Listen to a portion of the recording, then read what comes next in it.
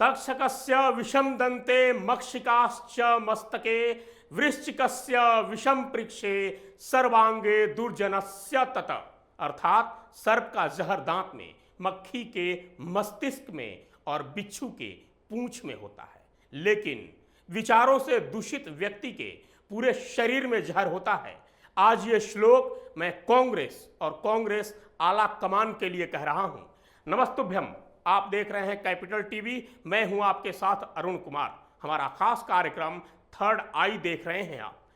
दुनिया में कई तरह की घटनाएं चल रही हैं। रूस यूक्रेन का जंग चल रहा है।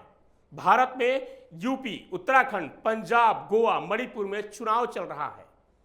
इसी बीच कई तरह की घटनाएं और दुर्घटनाएं हर रोज दुनिया में घट रही हैं, लेकिन इन सबके बीच दुनिया अपनी रफ्तार से चल रही है, कहीं रुक नहीं रही। और सबसे जो बड़ी चीज है, सबसे जो बड़ी खबर है, सबसे जो बड़ी बात है, वो रूस और यूक्रेन जंग की है, जिस पर पूरी दुनिया की निगाहें टिकी हुई हैं। पूरी दुनिया इसी जंग को देख रही है कि आखिर इसका परिणाम क्या होगा। लेकिन इसी बीच कुछ छोटी मोटी या बड़ी ऐसी भी घटनाएं हैं जिस पर हर किसी की नजर टिकी है, खासकर हमारे देश की, भारत की। यूक्रेन में भारतीय लगभग 18,000 छात्र फंस गए युद्धग्रस्त क्षेत्र में, और उनको निकालने को लेकर कवायद शुरू हुई। हमारे देश के प्रधानमंत्री नरेंद्र मोदी ने इसके लिए ऑपरेशन गंगा की शुरुआत कर दी।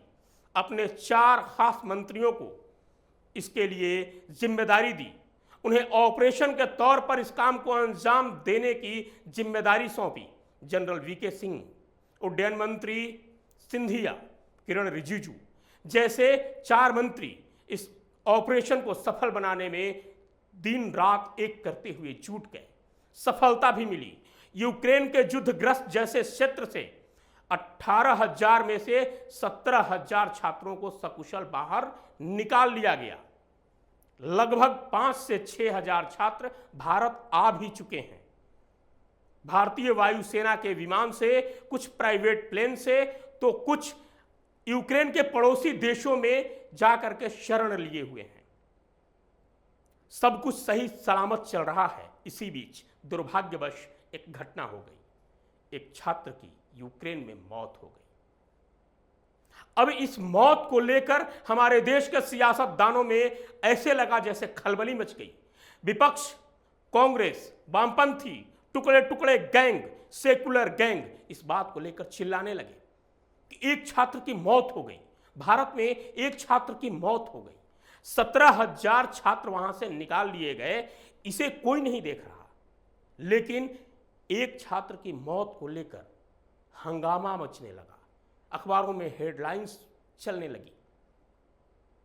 हमारे देश के सबसे बड़ी और पुरानी पार्टी कांग्रेस के सबसे युवा नेता राहुल गांधी ने ट्वीट पर ट्वीट करना शुरू कर दिया कि साहब, एक भारतीय छात्र यूक्रेन में युद्धग्रस्त इलाके में मौत का शिकार हो गया, उसकी मौत हो गई।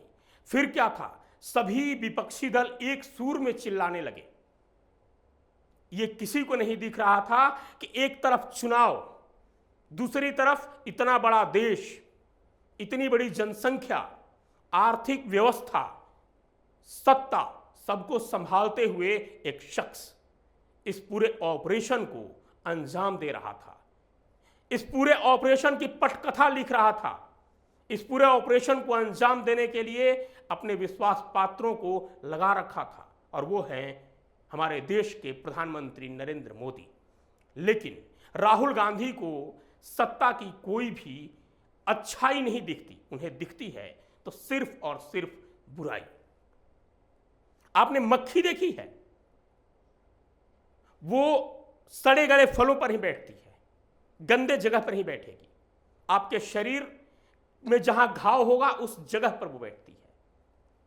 कुछ यही हालात हमारे देश के इन गैंग्स की हो गई है, जिन्हें सिर्फ और सिर्फ सत्ता चाहिए। सत्ता के लिए ये कोई भी काम करने को, किसी भी हद तक जाने को तैयार है। लेकिन इसी बीच एक ऐसी खबर आ गई कि राहुल गांधी, सोनिया गांधी समेत पूरी कांग्रेस, सेकुलर गैंग, वामपंथी गैंग बिलबिला उठा, तिलमिला गया। दरअसल विदेश मंत्री एस जयशंकर ने एक सर्वदलीय बैठक बुलाई और कहा कि हम छात्रों को सकुशल वहां से निकालने में सफल हुए हैं। हमारा कोई भी छात्र यूक्रेन में फंसा अब नहीं है।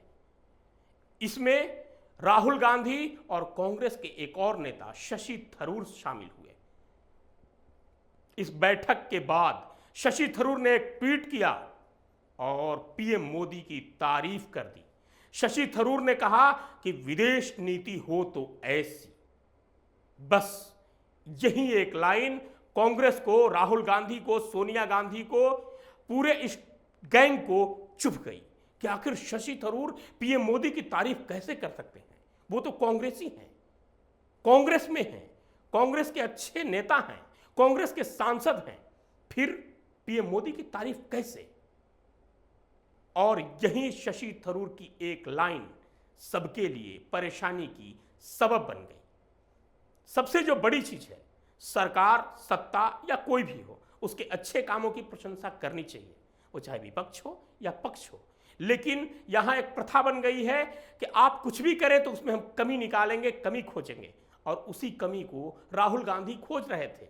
जबकि उन्हीं के सांसद शशि थरूर ने राहुल गांधी के मुंह पर तमाचा मार दिया और यह कह दिया कि यह है विदेश नीति, ऐसे चलती है विदेश नीति, यह है भारत का नया हिंदुस्तान, यह है आज का नया हिंदुस्तान, यह है मोदी का नया हिंदुस्तान, जहां एक युद्धग्रस्त इलाके से अपने नागरिकों को, अपने छात्रों को, अपने बच्चों को सकुशल वापस लाया जाता है, बिना किसी डर के, बिना किसी भय के, सबसे बड़ी बात बिना किसी भेदभाव के।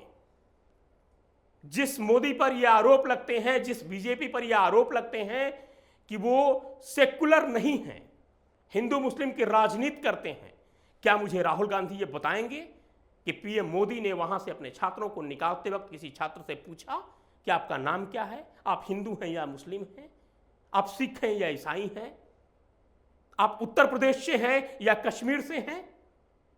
आप यकीन मानिए, अगर भारत में इस दौरान चुनाव होते तो निस्संदेह कांग्रेस पार्टी कह देती कि मोदी ने रूस को कहकर, पुतिन को कहकर यूक्रेन पर हमला करा दिया ताकि वो चुनाव जीत जाए। क्योंकि आरोप लगाना है, ये कुछ भी लगा देते हैं, कुछ भी कह देते हैं, इसकी कोई न मानदंड है इसके, न इसकी कोई परिभाषा है। सबसे बड़ी चीज, मुझे गुस्सा दरअसल राहुल गांधी पर नहीं आता, या मैं राहुल गांधी को कुछ कहना भी नहीं चाहता, दोष उनका है भी नहीं, इसलिए कि वो अपने से कोई काम नहीं करते हैं। राहुल गांधी के जो आसपास लोग हैं, जो उनके पीए हैं, मेरी नाराजगी उनसे होती है कि आखिर वो गलत टाइम में ही उनसे ट्वीट, गलत टाइम में ही उनसे बयान क्यों दिलवा देते हैं, वो भी गलत। राहुल गांधी को जिस वक्त अपने सरकार के साथ खड़ा होना चाहिए था, 18,000 छात्रों को वहां से निकालने को लेकर शाबाशी देनी चाहिए थी, प्रशंसा करनी चाहिए थी राष्ट्र की। आप मोदी की तारीफ नहीं करते, आप राष्ट्र की तारीफ कर सकते हैं, भारत की तारीफ कर सकते हैं, लेकिन नहीं, इन्हें वो दिखा कि इसमें कमी कहां है। हर अच्छाई में ये ब्लैक होल, लूप होल ढूंढने की कोशिश करते हैं, एक काला चिट्ठा निकालने की कोशिश करते हैं, लेकिन दुर्भाग्यवश इनकी कलई खुद खुल जाती है। अब मामला यहां गंभीर हो गया। शशि थरूर ने प्रशंसा तो कर दी, लेकिन उन्होंने खुद के पैर पर कुल्हाड़ी मार ली है। मुझे उम्मीद है कि शशि थरूर की भी वही हालत होगी जो मनीष तिवारी की हो रही है।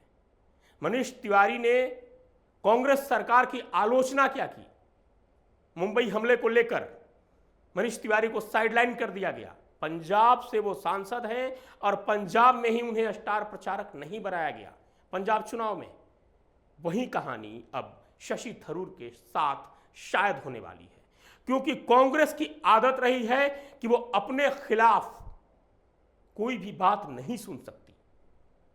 उसके खिलाफ आप बोलते हैं तो तो आप कांग्रेस के सिपाही नहीं हैं, आप विरोधियों से मिले हुए हैं, ऐसा आरोप तुरंत लगा दिया जाता है। और सबसे जो बड़ी चीज है वो ये कि कांग्रेस, राहुल गांधी, सोनिया गांधी, प्रियंका गांधी, कोई भी इन बातों से समझौता करने को तैयार नहीं है। G23 पहले से ही अलग हो चुका है। अब शशि थरूर, मनीष तिवारी, ऐसे बड़े नाम, बड़े नेता यही हैं जो कांग्रेस में बचे रहेंगे शायद, और बची रहेंगी तो सोनिया गांधी, प्रियंका गांधी वाड्रा और राहुल गांधी। इससे भी एक जरूरी खबर आपको बता दूं कि जो छात्र वहां से वापस आए हैं उनके लिए पीएम मोदी ने एक बड़ी घोषणा की है, एक बड़ा ऐलान करने की कोशिश की जा रही है, एक बड़ी प्लानिंग की जा रही है कि जो छात्र आए हैं मेडिकल की पढ़ाई कर रहे थे उनकी पढ़ाई बाधित ना हो। एक तरफ जनरल वीके सिंह ने पोलैंड में सरकार से बात कर ली है कि जिन छात्रों की पढ़ाई अधूरी रह गई है उन्हें पोलैंड सरकार पूरा कराएगी, और दूसरी तरफ प्रधानमंत्री मोदी यहां प्लान कर रहे हैं कि उन छात्रों की पढ़ाई भारत में अब पूरी कराई जाए। दरअसल इसके पीछे एक बहुत बड़ा कारण है। भारत के मेडिकल कॉलेजों में 90,000 सीटें हैं। हर साल नीट की परीक्षा लगभग 8 लाख छात्र क्वालिफाई करते हैं। अब 90,000 और कहां 8 लाख। कुछ छात्र तो प्राइवेट मेडिकल कॉलेज में चले जाते हैं, लेकिन वहां की फी बहुत ज्यादा होती है, लगभग 1 करोड़ रुपए पर मंथ, 20 लाख लगभग 1 करोड़ रुपए पूरे 4 सेमेस्टर के, 4 वर्ष के, 1 वर्ष के लगभग 20 लाख रुपए। लेकिन यहां एक और बात, यूक्रेन ही आखिर क्यों जाते हैं लोग? यूक्रेन में शिक्षा, मेडिकल की पढ़ाई बहुत सस्ती है। वहां एमबीबीएस करने का पूरा खर्च लगभग 35 लाख आता है, और यही कारण है कि लगभग हर साल 20 से 25 हजार स्टूडेंट यूक्रेन चले जाते हैं। आप कहेंगे कि आपने थंबनेल में ये क्यों लिखा कि मोदी का महाअवतार या नया अवतार? तो हमने इसीलिए लिखा कि एक तरफ आज यदि किसी और पार्टी की सत्ता होती तो स्थिति कुछ और देखने को मिलती, यकीन मानिए। लेकिन एक तरफ प्लानिंग कितनी स्ट्रांग है ये देखिए कि छात्रों को सकुशल लाया जाता है और उससे आगे सोच ये लिया जाता है कि उनकी पढ़ाई भी बाधित न हो। वो देश के नौजवान हैं। बात कुछ लोग करते हैं रोजगार पर, नौकरी पर, इन्हें वो चीजें नहीं दिखती, क्योंकि इन्हें सिर्फ और सिर्फ बुराई देखनी होती है, खामियां देखनी होती हैं। आज के थर्ड आई में इतना ही। कल फिर मिलूंगा किसी नए विषय और शोध के साथ। तब तक के लिए विदा।